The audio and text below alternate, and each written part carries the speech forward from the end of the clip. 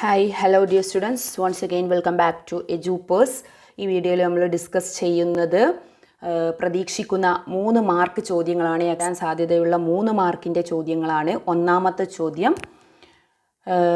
Structure of bureaucracy എന്ന് ചോദിക്കാം, അല്ലെങ്കിൽ ഇന്ത്യയിലെ വിവിധ സർവീസുകൾ, ഡിഫറെൻറ്റ് സർവീസസ് ഇൻ ഇന്ത്യ. ഏതൊക്കെയാണ് പ്രധാനപ്പെട്ട സർവീസുകൾ? Central service, state service, all India service. അപ്പോൾ ഇത് പഠിക്കുമ്പോൾ 3 മാർക്കിനാണെങ്കിൽ നിങ്ങളിത് മാത്രം എഴുതിയാൽ മതി.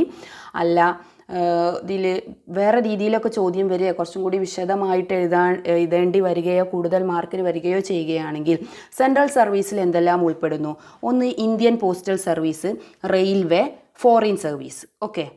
ദെൻ സ്റ്റേറ്റ് സർവീസ്, സംസ്ഥാന സർവീസിൽ സെയിൽസ് ടാക്സ്, ഹെൽത്ത് സർവീസ്, ആരോഗ്യം, ദെൻ അഗ്രികൾച്ചർ, കൃഷി. ഓൾ ഇന്ത്യ സർവീസിൽ ഇന്ത്യൻ പോലീസ് സർവീസും അതുപോലെ ഇന്ത്യൻ അഡ്മിനിസ്ട്രേറ്റീവ് സർവീസ്, ഭരണ സർവീസ് സേവനം, then Indian forest service, forest സേവനം. ഇതാണ് ഓൾ ഇന്ത്യ സർവീസ്.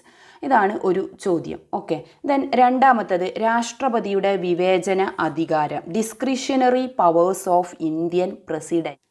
രാഷ്ട്രപതിക്ക് പ്രധാനമായിട്ടും 3 വിവേചന അധികാരങ്ങളാണുള്ളത്. ഒന്ന്, send back the advice given by council of minister. രണ്ടാമത്തത് withhold or refuse to give assent, അതായത് പോക്കറ്റ് വീറ്റോ പവറാണ് പ്രസിഡൻറ്റിൻ്റെ. അപ്പോൾ പ്രസിഡൻറ്റിന് എന്ത് ചെയ്യാം? ഒരു ബില്ല് അദ്ദേഹത്തിൻ്റെ അത് തടഞ്ഞു വെക്കാം, അല്ലെങ്കിൽ അതിന് അത് പാസ്സാക്കാനുള്ള അധികാരമുണ്ട്. ഓക്കെ.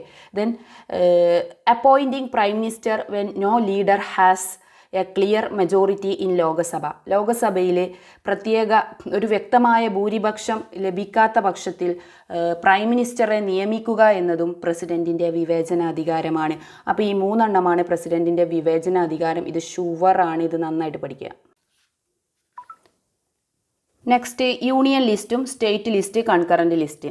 ഇത് ചോദിക്കാം. അല്ലെങ്കിൽ ഡിവിഷൻ ഓഫ് പവേഴ്സ്, എങ്ങനെയാണ് പവർ ഡിവൈഡ് ചെയ്തത് എന്ന് ചോദിക്കാം. അപ്പോൾ ഇതിൽ ഈ ലിസ്റ്റുകളിൽ ഓരോ ലിസ്റ്റിലും എത്ര വിഷയങ്ങളുണ്ട്, ഏതൊക്കെ വിഷയങ്ങൾ, പ്രധാനപ്പെട്ട കുറച്ച് വിഷയങ്ങൾ ഞാൻ പറയാം. ഒരുപാട് വിഷയങ്ങളുണ്ട്, അതൊക്കെ നിങ്ങൾ ടെക്സ്റ്റിൽ നോക്കണം. ഓക്കെ. യൂണിയൻ ലിസ്റ്റിൽ 97 വിഷയങ്ങളാണ്. കേന്ദ്രത്തിന് മാത്രമാണ് അതിൽ അധികാരം. 7ാമത്തെ ഷെഡ്യൂളിലാണ് ഇത് ഉൾപ്പെടുന്നത്. സ്റ്റേറ്റ് ലിസ്റ്റിൽ 66 വിഷയങ്ങളാണ്. ഇത് സ്റ്റേറ്റിന് മാത്രമാണ് ഇതിൽ നിയമം നിർമ്മിക്കാൻ അധികാരം. ദെൻ കൺകറൻറ്റ് ലിസ്റ്റിൽ 47 സബ്ജക്റ്റാണ്. ബോത്ത് സെൻട്രൽ ആൻഡ് സ്റ്റേറ്റ്, 2 കൂട്ടർക്കും ഇതിൽ അധികാരം ഉണ്ട്. ദെൻ യൂണിയൻ ലിസ്റ്റിൽ ഉൾപ്പെടുന്ന വിഷയങ്ങൾ കുറച്ച് ഉദാഹരണങ്ങൾ പറയാം.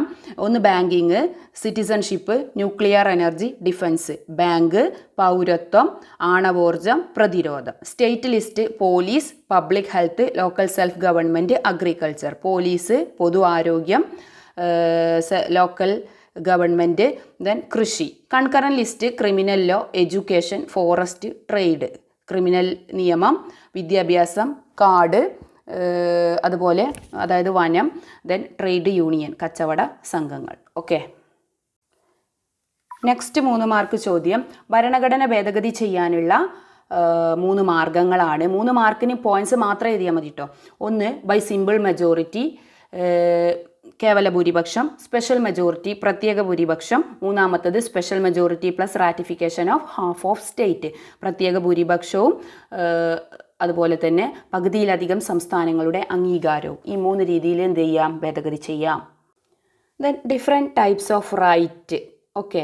സാമ്പത്തികവും രാഷ്ട്രീയവും അതുപോലെ സിവിലും പൗരാവകാശങ്ങളും അത് എഴുതുക. അത് നമ്മൾ പഠിച്ചിട്ടുണ്ട്, അത് നിങ്ങൾ പുസ്തകത്തിൽ കൊടുത്തിട്ടുണ്ട്, അത് പഠിക്കുക കേട്ടോ. ദെൻ ഏതെങ്കിലും ഒരു റിട്ട് ചോദിക്കാം. എന്താണ്? മെൻഡാമസോ, പ്രൊഹിബിഷനോ, ഹേബിയാസ് കോർപ്പസോ. ഓക്കെ. ദെൻ ഭരണഘടനയുടെ ആധികാരികത നിശ്ചയിക്കുന്ന 3 ഘടകങ്ങൾ എഴുതുക. ഏതൊക്കെയാണ്?